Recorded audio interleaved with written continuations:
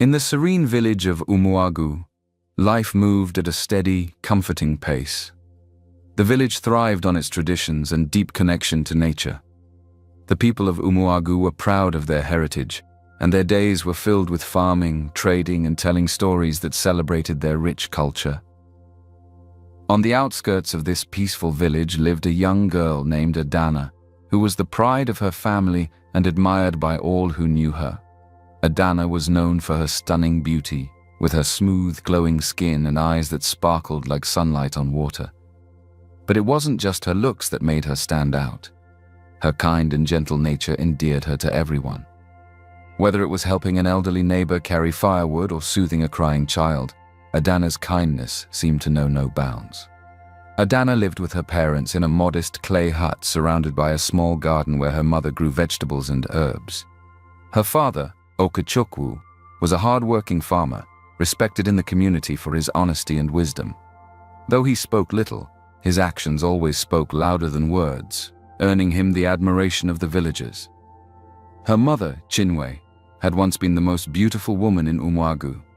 In her youth, many suitors had traveled great distances to seek her hand in marriage. Warriors, wealthy traders, and even the village chief's son had all been captivated by Chinwe's beauty and grace. But she chose Okechukwu, a man of modest means but noble heart, who treated her with respect and love. Their home, though simple, was filled with warmth and laughter. Chinwe often sang as she cooked, her voice carrying through the garden, while Okechukwu would hum quietly as he repaired tools or prepared yams for planting. Adana, their only child, was the light of their lives, and they raised her to value kindness, humility, and the traditions of their people. The village of Umuagu itself was alive with stories and customs passed down through generations. The people believed in the presence of spirits in the forest and the sacredness of nature. The villagers respected the unseen forces that governed their lives, often visiting the local dibia, the spiritual healer, for guidance and blessings. As the sun set each day, children would gather to hear elders recount tales of bravery, love, and caution. It was in this environment, surrounded by tradition and wisdom, that Adana grew up, blossoming into a girl whose beauty and kindness would one day lead her to an extraordinary destiny. The forest near Umuagu was a place of both beauty and mystery. Tall trees stretched toward the sky, their leaves forming a canopy that filtered the sunlight into golden beams. Birds sang, and the gentle rustling of leaves in the breeze created a calming melody. Adana often ventured into the forest to gather firewood for her family, staying close to the familiar paths that her mother had warned her never to stray from. One sunny afternoon, Adana tied her scarf securely around her head and picked up her basket, ready for her usual trip to the forest. She greeted her mother, Chinwe, who was peeling yams outside their hut. "Adana, don't forget what I always tell you," Chinwe said, her voice calm but firm. "The forest is not just trees and animals. Respect it and stay on the safe paths." "I will, Mama," Adana replied with a reassuring smile. "I'll be back soon." The forest was alive with the sounds of nature as Adana walked along the winding path. She hummed a soft tune, the melody blending with the rhythm of the forest. As she bent down to pick a bundle of dry sticks, a strange glimmer caught her eye from the underbrush. She froze, her breath hitching in her throat. There, coiled on the ground, was a large python. Its scales shimmered in the sunlight like polished bronze, giving it an almost ethereal glow. Adana's heart raced as she stared at the snake. It was unlike anything she had ever seen. She had heard stories of Ek Emma, the sacred python, but never imagined she would come face to face with one. The snake lifted its head slowly, its dark eyes meeting hers. Adana felt a strange mixture of fear and calm wash over her. She wanted to run, but her feet felt rooted to the ground. For what felt like an eternity, they stared at each other. Then, without warning, the snake lowered its head and slithered away into the thick bushes. Adana stood motionless, her body trembling. When she finally gathered the courage to move, she abandoned the rest of her firewood and ran home as fast as her legs could carry her. Bursting into the family's hut, she found her parents inside. Chinwe was pounding yam in the mortar while Okechukwu sharpened his machete. They both looked up in alarm as Adana stumbled in, her face pale and her breathing heavy. "Adana, what happened?" Chinwe asked, dropping the pestle and rushing to her daughter's side. I saw it," Adana stammered, still shaking. "A big snake. Its scales shone like gold and it was staring at me." Okechukwu frowned but remained calm. "Did it harm you?" he asked. "No," Adana replied, her voice barely above a whisper. "It just looked at me and left." Chinwe pulled Adana into a comforting embrace. "You're safe now, my child. Sometimes the forest shows us things we don't understand. Be thankful it did not harm you." Her father nodded. "The python is a sacred creature. If it meant no harm, it might have been a sign. But you must always be careful in the forest, Adana." That night, Adana lay on her mat, unable to shake the memory of the snake's piercing gaze. Her parents' words had soothed her, but deep inside, she felt there was more to this encounter than met the eye. In the days that followed, the snake appeared again. This time, it was when Adana was fetching water from the stream. As she knelt by the water's edge, a group of young boys startled her, teasing her playfully. Suddenly, the snake emerged from the nearby bushes, its presence silencing the boys instantly. They fled, leaving Adana unharmed. From that day forward, the snake became a strange but constant presence in Adana's life. Whenever she found herself in danger or trouble, it would appear, quietly warding off harm and then vanishing as mysteriously as it came. Adana began to feel both protected and unsettled, unsure why the sacred creature seemed so drawn to her.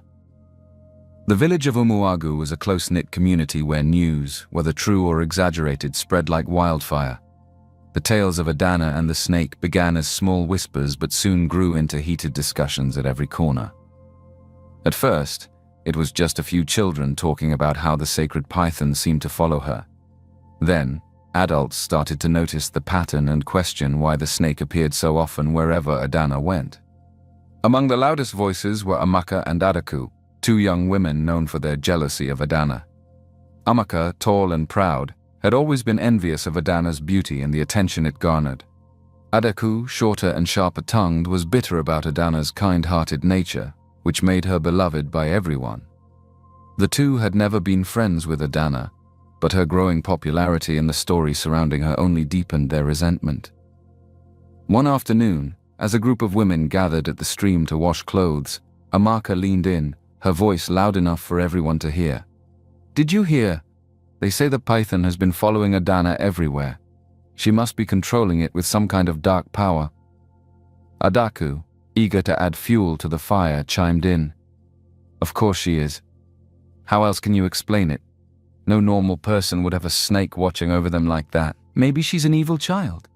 The other women, who had been quietly listening, exchanged uneasy glances.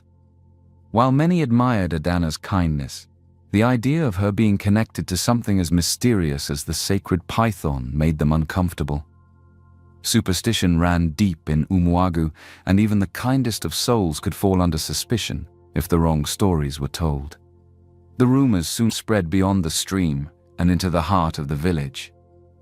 At the market, traders whispered about Adana as they sold their goods. During evening gatherings, elders shook their heads in concern, debating whether the girl's frequent encounters with the snake were a blessing or a curse. "Maybe the snake is protecting her because she's chosen by the spirits," one elder suggested.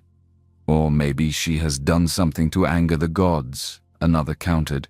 "We must be careful. This could bring misfortune to the village." For Adana, life became more difficult.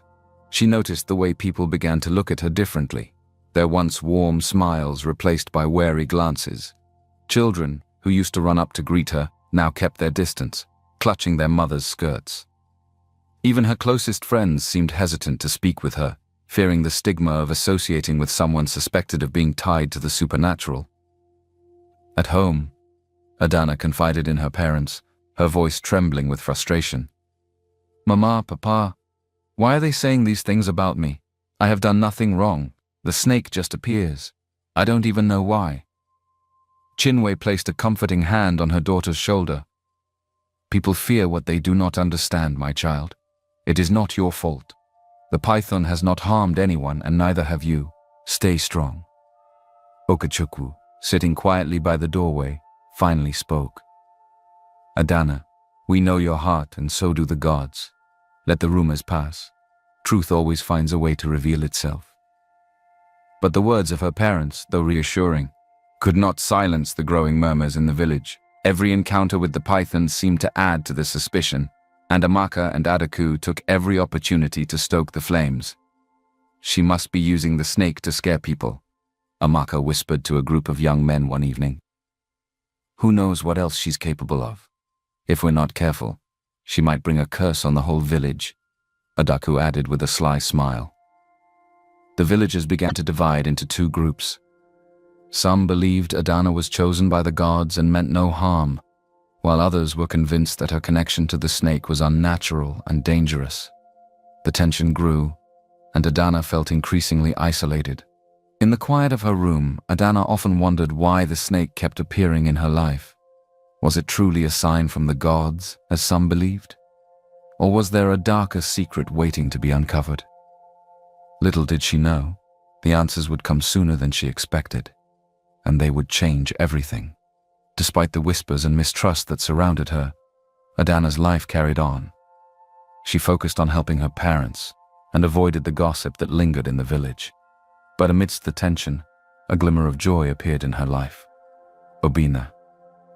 Obina was everything the young women in Umuagu dreamed of.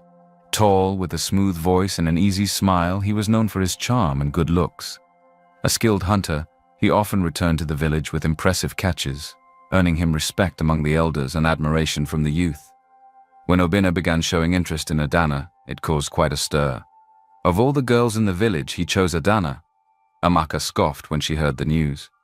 Well, let's see how long this lasts, Adaku added with a smirk. For Adana, Obina's attention was flattering. His warm words and captivating presence made her forget the unease that had taken root in her life. When he approached her parents with gifts and formally declared his intention to marry her, Adana felt a flicker of happiness she hadn't experienced in weeks. Chinwe, ever protective, was cautious. Obina, are you sure of your decision? There have been stories. I do not care for stories, Mama Chinwe, Obina replied confidently.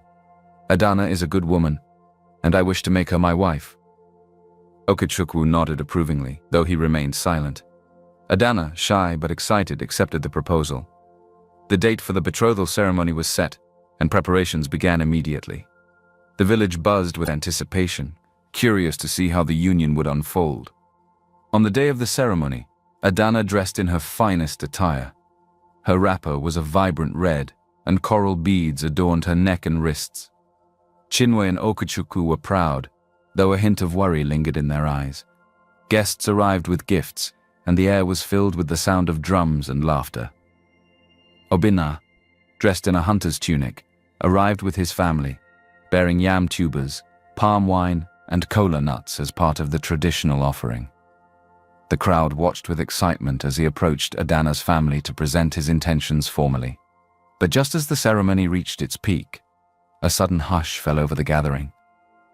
From the edge of the clearing, the unmistakable hiss of a snake echoed through the air. Gasps rippled through the crowd as the sacred python, Ike Emma, slithered into the center of the celebration. Adana froze, her heart pounding. The snake, its shimmering scales catching the sunlight, moved gracefully among the gathered villagers, heading straight for her. The crowd panicked.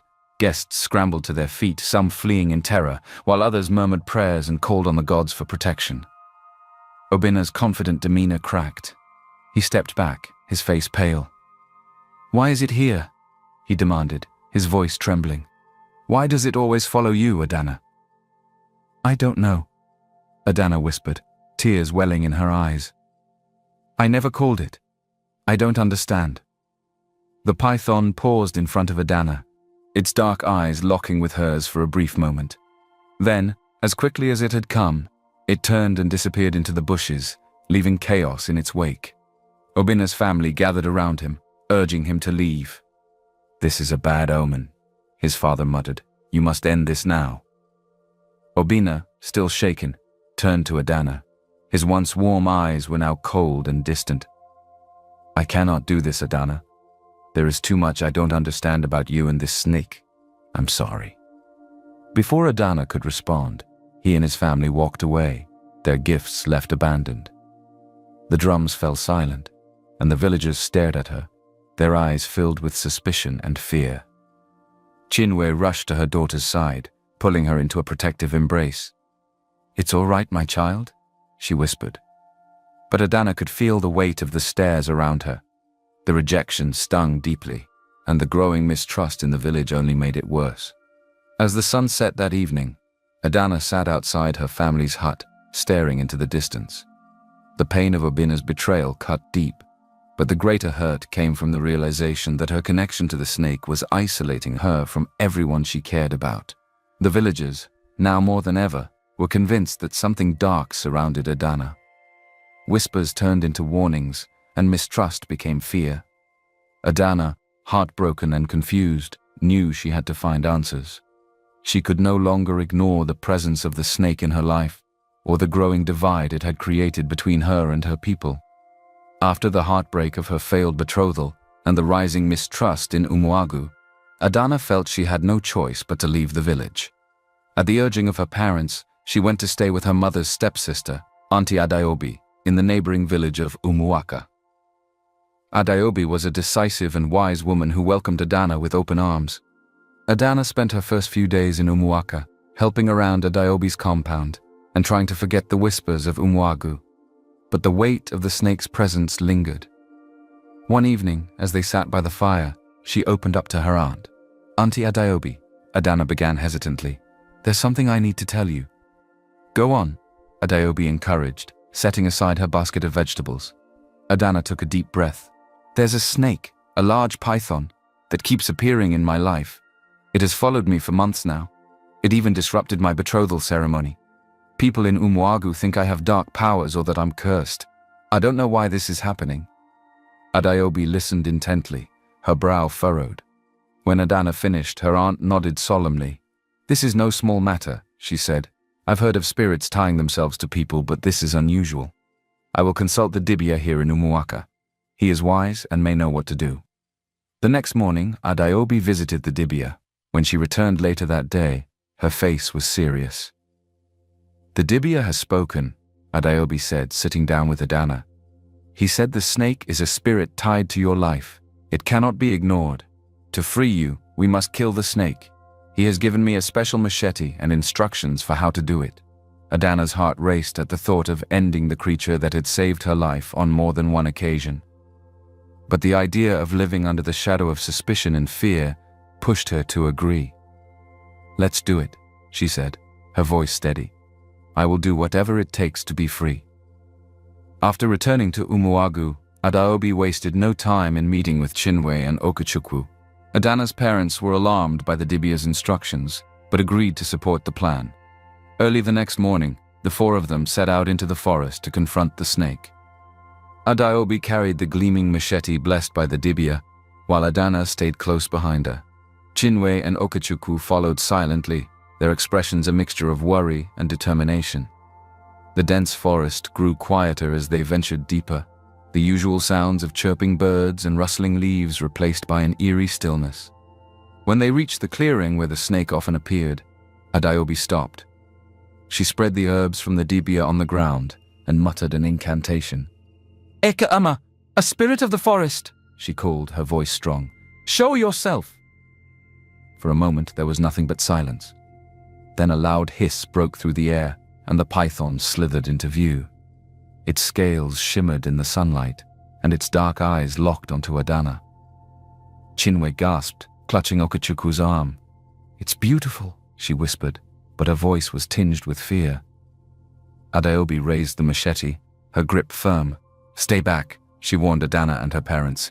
"The Dibia said this is the only way." The python raised its head, its movements slow and deliberate. Adana, feeling a strange pull, stepped forward. "Auntie, wait," she said. "Let me try to—" "No," Adaobi interrupted sharply. "This is not the time for hesitation." Before Adana could argue, Adaobi swung the machete. The snake hissed loudly, coiling to avoid the blade. Adaobi chased it through the clearing, determined to strike. Adana, in her attempt to help, stumbled forward, and the sharp edge of the machete grazed her hand. "Ow!"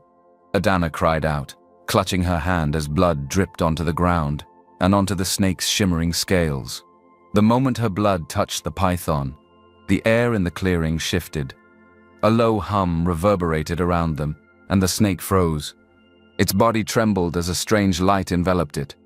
Chinwe and Okechukwu stepped back, their eyes wide with shock. "What's happening?" Okechukwu asked, his voice barely above a whisper. The snake's body began to change. Its scales dissolved, revealing the figure of a young woman. The light faded, and there, standing in the center of the clearing, was a girl who looked exactly like Adana. Adaobi lowered the machete, her face pale with disbelief. Chinwe covered her mouth, tears welling in her eyes. Adana stared, her heart pounding. Who are you?" Adana asked, her voice trembling. Adana's parents stood at a distance, completely stunned by the unexpected transformation. The clearing fell silent, as everyone stared at the young woman who had emerged from the shimmering light. She stood there, her face an exact mirror of Adana's, her expression a mixture of sadness and relief.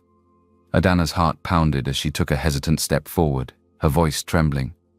"Who are you?" The girl looked at her with tears in her eyes. "I am your twin sister." The weight of her words hung in the air like a heavy fog. Chinwe gasped, covering her mouth as tears streamed down her face. Okechukwu, stunned, looked from the transformed girl to his wife, searching for answers. Before anyone could speak, Adaobi dropped to her knees, her face pale and her eyes wide with guilt. "It's true," she whispered, her voice shaking. "She is your sister, and this is my doing." All eyes turned to Adaobi. Chinwe's shock gave way to anger, her voice trembling as she demanded, "What are you saying, Adaobi? What do you mean this is your doing?" Adaobi looked at the ground, unable to meet their eyes. "I was jealous," she began, her words faltering. "I was jealous of you, Chinwe. All my life I envied you. You were always the beautiful one, the one everyone admired. When you got married to Okechukwu and I remained alone, I was angry and bitter. But when you became pregnant, something inside me snapped." She paused, her voice thick with emotion. "I went to a witch doctor in Umuwaka. I begged her to curse your baby. I wanted you to suffer as I had suffered. When you gave birth to Adana, a beautiful, healthy baby, I thought the curse had failed. I convinced myself that you had somehow used witchcraft to protect your child." Adaobi's voice broke as tears streamed down her face. "When Adana told me about the snake that had been following her, I returned to the witch doctor. She revealed the truth to me. The curse had worked, but not in the way I had expected. You had twins, Chinwe. One was born as Adana, and the other was born as the snake." Gasps filled the clearing. Adana's legs felt weak beneath her as she turned to look at her mother. "Twins?" she whispered. "Mama, is this true?" Chinwe, her face pale and her hands trembling, sank to the ground as sobs racked her body. "Yes," she admitted through her tears. "It's true." Okechukwu stepped forward, his voice firm but filled with confusion. "Chinwe, what are you saying? You gave birth to a snake?" Chinwe nodded, her tears falling freely. "The day you were born, Adana, was both the happiest and the most terrifying day of my life. After I gave birth to you, I felt the pain again. I thought I was having another child, but what came out was a snake." The others listened in stunned silence as Chinwe continued, her voice breaking. "I was terrified. I didn't know what to do. I was afraid of what the villagers would say, afraid they would call me a witch or harm our family. So I made a decision, a terrible decision. While everyone was celebrating your birth, Adana, I took the snake into the forest and left it there. I buried the memory deep in my heart and never spoke of it again, not to your father, not to anyone." Okechukwu stared at his wife, his face a mixture of shock and sorrow. "Chinwe, why didn't you tell me?" "I was afraid, Okechukwu," Chinwe sobbed. "I thought I was protecting us, but I see now that I only created more pain." Adana turned back to the young woman, her twin, who had remained silent, her eyes filled with tears. "You are my sister," Adana said softly. "All this time you've been protecting me." The twin nodded. "Yes, I was drawn to you, even though I didn't fully understand why. I didn't want you to go through what I had suffered. Adaobi, still kneeling, spoke again, her voice trembling. When I realized the snake was your twin, I was terrified that the truth would come out. I begged the witch doctor for a way to end it. She told me that the snake had to die to keep the secret hidden.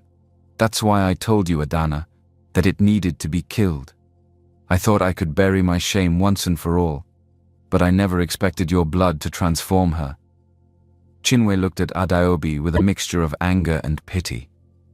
Your jealousy caused so much pain, Adaobi. You cursed an innocent child and tore this family apart. Adaobi sobbed. I know. I was wrong, and I will carry this guilt for the rest of my life. But now the truth is out, and there's no undoing what I've done. The twin stepped forward, her voice calm but firm. The truth is painful, but it is also freeing. I only wish we could have known each other sooner, Adana. Adana reached out and took her twin's hand, her own tears falling freely. We have each other now, she said, and we will heal together. Okachukwu placed a hand on Chinwe's shoulder, his voice steady. This family has been through enough pain. It's time for healing. The clearing was quiet as the family, for the first time, began to process the truth. Though the road ahead would not be easy, they knew they could face it together. The forest clearing remained eerily quiet as everyone processed the shocking revelations. The young woman who now stood before them as Adana's twin wiped away her tears and finally spoke, her voice soft but steady. My name is Chika, she began, her eyes meeting Adana's. And for as long as I can remember, I have lived in the forest. I didn't know who I was or why I existed the way I did, but I felt a pull toward you, Adana. Something deep inside me told me that we were connected. Adana held her sister's hand tightly, her own tears flowing freely. Why didn't you show yourself before now? Chika sighed. I couldn't. I was bound by the curse placed on me. Your blood helped me transform. I could only act as a guardian, protecting you when you were in danger. That's why I was always there when you needed me. She paused, her expression growing somber. And that is why I had to intervene during your betrothal ceremony. Adana, Obinna was not the man he pretended to be. Adana's brows furrowed in confusion. What do you mean? Obinna was deceitful, Chika said firmly. He didn't love you. He only wanted to marry you to win a bet he had made with his friends. He boasted that he could win your heart and then abandon you once the marriage was complete. I couldn't let that happen. You deserve better. Adana's breath caught as the weight of Chika's words sank in. She had been so captivated by Obinna's charm that she had overlooked any signs of his true intentions. Her heart ached, but at the same time she felt grateful for her sister's intervention. Chika continued, her voice trembling slightly. I have watched over you for years, Adana. Protecting you was all I could do, but now that the curse has been lifted, I finally feel free. As the sisters embraced, their emotional reunion was interrupted by the sound of voices in the distance. The villagers, drawn by rumors of Adana's supposed connection to the snake, began to gather at the edge of the clearing. Whispers filled the air as they saw the twin sisters standing side by side, identical in appearance but vastly different in their journeys. There she is, someone murmured. And the snake? It's a woman? Another voice chimed in, filled with suspicion. What kind of witchcraft is this? Adaobi stepped forward, her voice firm as she addressed the crowd. It's not witchcraft. This is the truth that jealousy and wickedness tried to bury. Chika is Adana's twin sister, cursed at birth by my own foolishness. The villagers gasped, their whispers growing louder. Adaobi raised her hands to quiet them. I was jealous of my stepsister Chinwe and her happiness. My envy drove me to curse her unborn child, and this, she gestured toward Chika, is the result of my actions. It is my fault, and I will carry this guilt forever. Chinwe, her eyes filled with tears, stepped forward. And I too share the blame. When I gave birth to Chika, I was so afraid of what people would say that I abandoned her. I thought I was protecting my family, but I see now that I only caused more pain. The villagers listened, their expressions softening as they began to understand the depth of the family's struggles. Finally, Chika spoke, her voice strong and clear. I am not here to harm anyone. I only wanted to protect my sister, who has shown nothing but kindness despite the challenges she has faced. I ask for your understanding. An elder stepped forward, his voice carrying the authority of years of wisdom. This is a hard truth to bear, he said. But it is a reminder of the harm jealousy and wickedness can cause. Adaobi, you let envy consume you. Chinwe, you let fear guide your actions. And we, the villagers, let our suspicion and gossip tear a kind-hearted girl away from us. He turned to the crowd. Let this be a lesson to us all. We must not let envy and fear poison our hearts. Instead, we must embrace understanding and forgiveness. The villagers murmured in agreement, their hostility melting away as they looked at Adana and Chika with new eyes. One by one, they stepped forward to apologize for their mistrust and to welcome Chika into the community. As the sun began to set, the family stood together, finally united. Chinwe held both her daughters close, while Okechukwu rested a protective hand on their shoulders. Adaobi, though filled with guilt, promised to make amends and stand by her family. Adana looked at Chika, a smile breaking through her tears. You saved me, Chika. Not just from Obinna, but from so much more. Chika smiled back, her heart filled with a sense of belonging for the first time in her life. And now, we can face everything together. The truth had been revealed, and the pain of betrayal, jealousy, and secrets hung heavy over the clearing. As the villagers returned to their homes, their whispers of forgiveness and unity echoed through the air. But for Auntie Adaobi, there was no peace. Her confession of cursing an unborn child, driven by jealousy, could not be overlooked. The elders of both villages convened, their judgment swift and harsh. Adaobi was banished from Umuagu and Umuaka, condemned to live the rest of her days wandering aimlessly. I accept my punishment, Adaobi said tearfully as she gathered her belongings. I have wronged my family and caused harm to innocent lives. I only pray that my stepsister and her daughters can find happiness. Chinwe, despite her anger, found herself pitying Adaobi. May the gods forgive you, she said softly as Adaobi walked away, her figure fading into the horizon. For Chika, however, the future was bright. Now free of the curse, she was welcomed into the family and the village with open arms. The villagers marveled at her striking resemblance to Adana and began to treat her as one of their own. For the first time in her life, Chika felt like she truly belonged. Chika and Adana's bond deepened as they spent time together, sharing stories and learning about each other's lives. The sisters were inseparable, their laughter filling the air as they embraced the joy of their newfound connection. Their beauty, both inner and outer, captivated everyone who met them. It wasn't long before news of Adana and Chika's beauty spread far beyond the boundaries of Umuagu. Word reached the palace, and Prince Chima, heir to the throne of Umuagu, was eager to see the girl whose beauty and kindness had become the talk of the village. When Chima first laid eyes on Adana, he was mesmerized. Her grace and radiant smile left him speechless. He approached her parents with gifts and formally declared his intention to marry her. Adana, he said, his voice sincere, your beauty is only surpassed by your kind heart. Will you honor me by becoming my wife and queen? Adana, blushing, looked at her parents for guidance.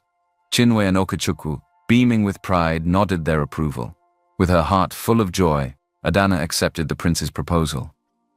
Meanwhile, Prince Chima's cousin and closest friend, Prince Latana of Umuaka, accompanied him on his visit to the village. When he met Chika, he was equally captivated. Her striking resemblance to Adana and her quiet strength drew him in. Chika, I see in you a beauty and spirit that is unmatched. Will you do me the honor of becoming my wife? Chika, still adjusting to her new life, was hesitant at first. But after seeing the sincerity in Obinna's eyes and feeling the warmth of his affection, she accepted his proposal. The villagers rejoiced, thrilled by the prospect of two royal marriages uniting the kingdoms of Umuagu and Umuaka. The day of the weddings was a grand occasion, unlike anything the villagers had ever seen. Both kingdoms came together, their streets adorned with vibrant decorations, and the sound of drums echoing in celebration. Adana and Chika wore identical traditional wedding attire, their coral beads glinting in the sunlight. Prince Chima and Prince Lotana stood side by side, their faces glowing with happiness as their brides were brought forward. The ceremony was filled with blessings from the elders, songs of joy, and the laughter of children. As the sun set, Adana and Chika exchanged vows with their respective princes, sealing their unions and bringing happiness to both kingdoms. Adana and Chika's marriages marked a new beginning for their family and their villages.